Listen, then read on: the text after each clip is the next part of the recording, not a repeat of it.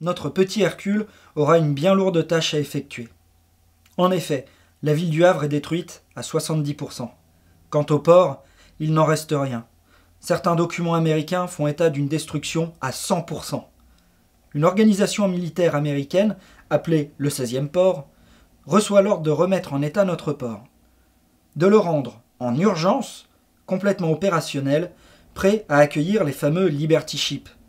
Imaginez les colonnes de tanks qui avançaient à travers l'Europe. Elles absorbaient une quantité démesurée de carburant, de munitions, de matériel. C'est là que le 16e port entrait en jeu. En équipant certains points stratégiques, comme le port du Havre, il permettait d'alimenter le front. La restauration du port s'est faite donc dans l'urgence, mais de manière très organisée. Première étape, dégager 600 mètres de plage à la digue nord du Havre, afin que l'on puisse y débarquer des camions chargés de matériel essentiel pour la reconstruction portuaire. Ce n'était pas une tâche aisée. Les Allemands avaient miné la plage et même coulé quelques chalands de béton sur l'estran pour éviter tout type de débarquement. Les Américains devront donc déminer la plage et se frayer un chemin entre les épaves. Aujourd'hui, certaines de ces épaves sont encore visibles au pied de la digue nord. C'est un endroit où nombreux sont les pêcheurs à y avoir laissé une ligne, croyez-moi.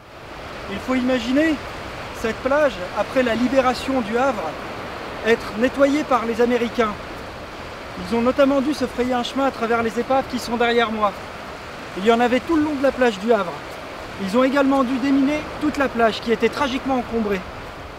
Cette première phase devait s'achever avec la restauration de certains quais et le renforcement des routes. Deuxième étape. Il était urgent de vider les bassins des épaves et autres obstacles encore présents au fond de ces derniers. Il s'agissait également de doter les infrastructures portuaires de sources d'énergie afin d'alimenter les sas et autres écluses. Enfin, les ponts et certains entrepôts ont été remis en état. La troisième et dernière étape consistait en la réalisation de points d'ancrage pour les Liberty Ships. Notre petit bateau arrive dans ce contexte. Sitôt arrivé, il est mis à contribution. Déplacement de grue, intervention dans l'estuaire de la Seine, puis il sera affecté plusieurs mois à Rouen. Le 9 décembre 1944, il revient définitivement au Havre pour accomplir des tâches portuaires. Le 8 mai 1945, l'Allemagne nazie est vaincue. Le front est terminé, la guerre totale s'est achevée.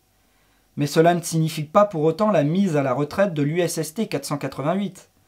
Le port du Havre l'achète en 1947. Il continuera de servir jusqu'en 1981. En 1989, il sera désarmé, puis mis en vente en 1993. Le port le cédera à l'association USST 488. Il deviendra officiellement le musée flottant que nous connaissons. Alors, si vous hésitez à vous joindre à l'aventure USST 488, n'attendez pas. À bord, c'est la convivialité et le partage qui règnent en maître. Si vous souhaitez, vous pouvez faire un don à l'association en jetant un œil à la description de la vidéo. Et si vous le souhaitez aussi, vous pouvez venir grossir les rangs de l'équipage. Mais je pense qu'une image vaut souvent 1000 mots. Alors bienvenue à bord.